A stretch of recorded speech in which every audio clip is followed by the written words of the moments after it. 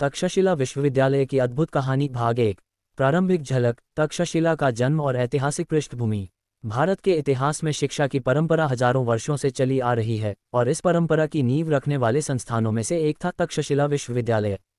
ये वह स्थान था जहां ज्ञान केवल पुस्तकों तक सीमित नहीं था, बल्कि जीवन दर्शन, विज्ञान, राजनीति, शिल्पकला और अध्यात्म के माध्यम से विद्यार्थियों को संपूर्ण मनुष्य बनने की शिक्षा दी जाती थी।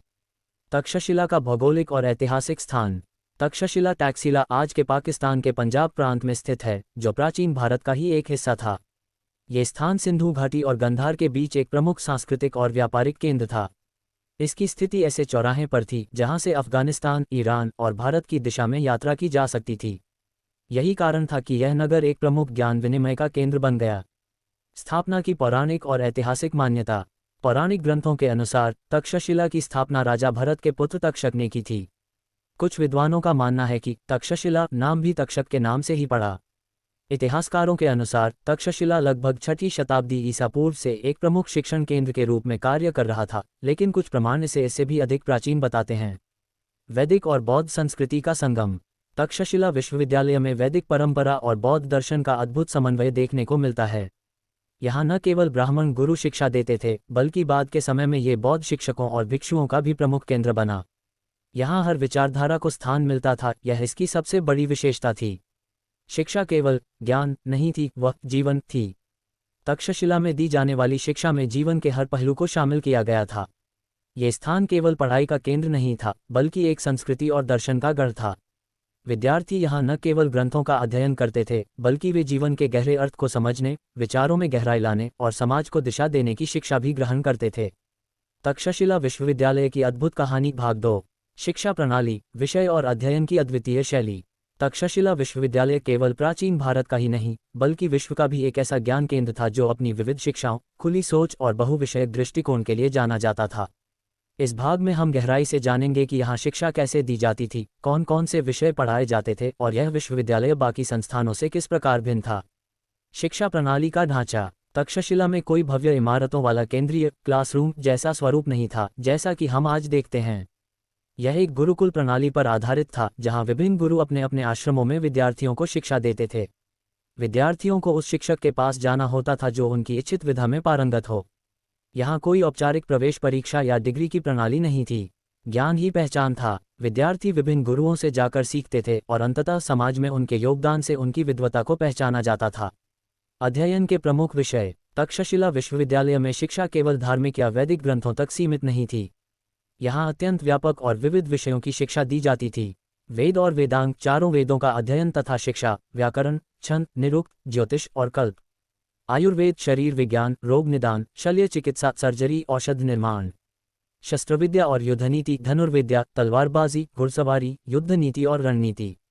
राजनीति और अर्थशास्त्र, शासन प्रणाली, कूटनीति, कर प्रणाली, न्याय व्यवस्था। अर्थशास्त्र और वाणिज्य, व्यापार नीति, बाजार तंत्र, मुद्रा व्यवस्था।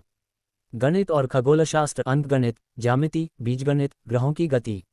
दर्शन और तर्कशास्त्र, न्याय दर्शन, वैशेषिक, सांख्य, योग, मीमांसा। बौद्ध धर्म और दर्शन, त्रिपिटक, ध्यान, नीति शास्त्र, वैश्विक करुणा। भाषा और साहित्य, संस्कृत, पाली, प्राकृत, काव्य रचना, नाटक। शिल्पकला और वास्तुकला, मंदिर निर्माण, स्थापत्य विज्ञान, मूर्तिकला। गुरु शिष्य परंपरा और स्वतंत्र अध्ययन शैली। तक्षशिला की एक और विशेषता थी स्वतंत्र अध्ययन प्रणाली। यहाँ शिष्य को गुरु पर पूरी तरह निर्भर नहीं रहना होता था। एक बार जब गुरु मूल सिद्धांत सिखा देता तो विद्यार्थी को स्वयं शोध करना होता था। तर्क, प्रश्न और चर्चा, ये तक्षशिला की आत्मा थे। विद्यार्थी को केवल सुनना ही नहीं, सवाल पूछना भी सिखाया जाता था। गुरु भी किसी विशेष पंथ या विचारधारा को थोपते नहीं थे, वे केवल दिशा दिखाते थे, मार्गदर्शन करते थे, जिससे विद्यार्थी स्वयं सत्य तक पहुंच सके। अंतर्राष्ट्रीय शिष्य और ज्ञान का विस्तार। तक्षशिला विश्वविद्यालय में न केवल भारत के कोने कोने से विद्यार्थी आते थे, बल्कि अफगानिस्तान, चीन, तिब्बत, श्रीलंका, नेपाल और मध्य एशिया के भी शिष्य यहाँ शिक्षा ग्रहण करने आते थे। इसने तक्षशिला को एक अंतर्राष्ट्रीय ज्ञान केंद्र बना दिया था। विदेशी विद्यार्थी भारत की संस्कृति और ज्ञान प्रणाली को समझते थे और अपने देश लौटकर वहाँ उसका प्रचार करते थे। यही कारण था कि भारत का दर्शन और विज्ञान चीन और तिब्बत में भी गहराई से फैल सका। तक्षशिला विश्वविद्यालय की अद्भुत कहानी भाग 3। महान शिक्षक और विद्यार्थियों की परंपरा, चाणक्य, जीवक और अन्य आचार्यों का योगदान।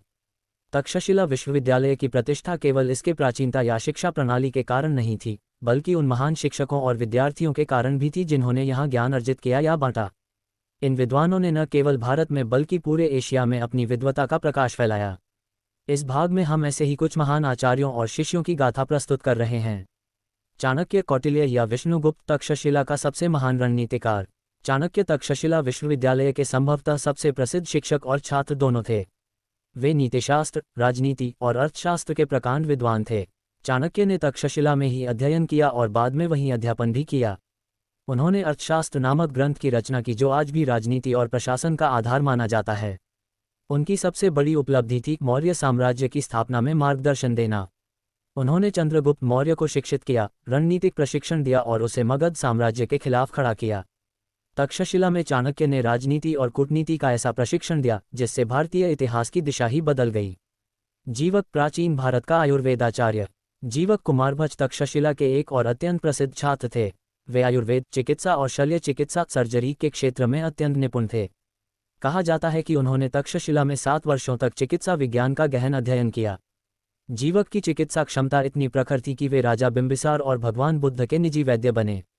उन्होंने जड़ी बूटियों और औषधियों पर अद्वितीय कार्य किया और रोगों के सूक्ष्मतम कारणों को पहचाना।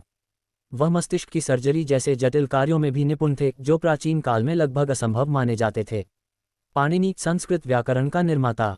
पाणिनि, जिन्होंने विश्व का पहला व्यवस्थित व्याकरण ग्रंथ अष्टाध्यायी लिखा, का संबंध भी तक्षशिला से जुड़ा हुआ है। हालांकि वे तक्षशिला में पढ़े या पढ़ाए इस पर मतभेद हैं, लेकिन ये सर्वमान्य है कि तक्षशिला में व्याकरण और भाषा शास्त्र का अध्ययन अत्यंत उन्नत था और पाणिनि की विद्वता से वह और भी समृद्ध हुई।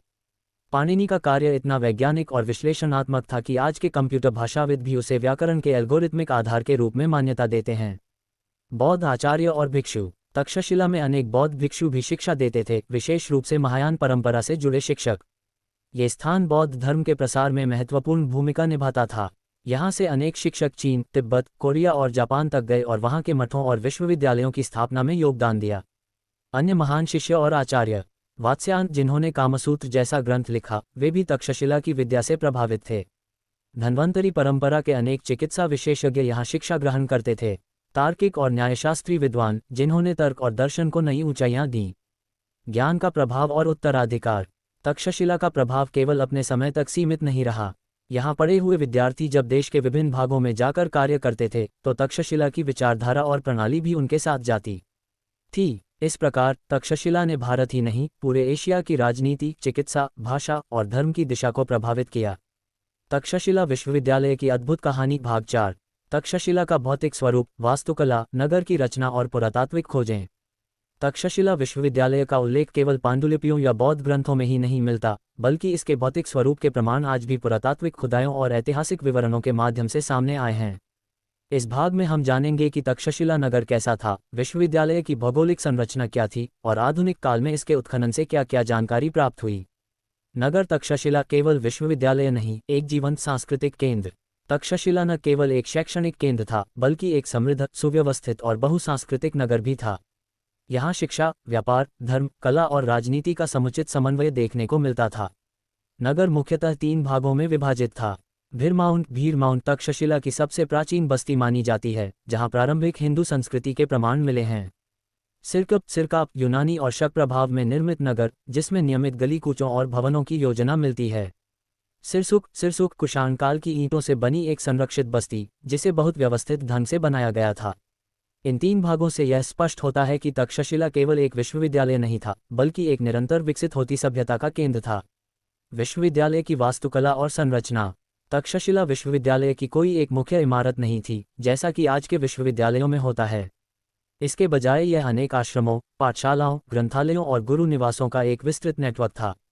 शिक्षा खुले वातावरण में दी जाती थी, वृक्षों के नीचे, छोटे सभागारों में या गुरु के आश्रम के प्रांगण में। कुछ प्रमुख गुरुओं के आश्रम अत्यंत प्रसिद्ध थे, जहां दूर दराज से विद्यार्थी आने के लिए वर्षों तक प्रतीक्षा करते थे।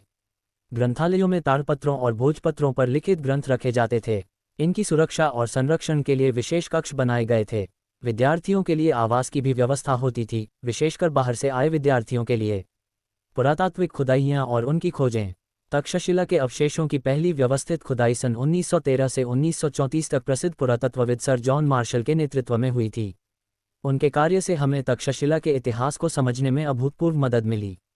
इन खुदाइयों में निम्नलिखित प्रमुख वस्तुएं प्राप्त हुईं।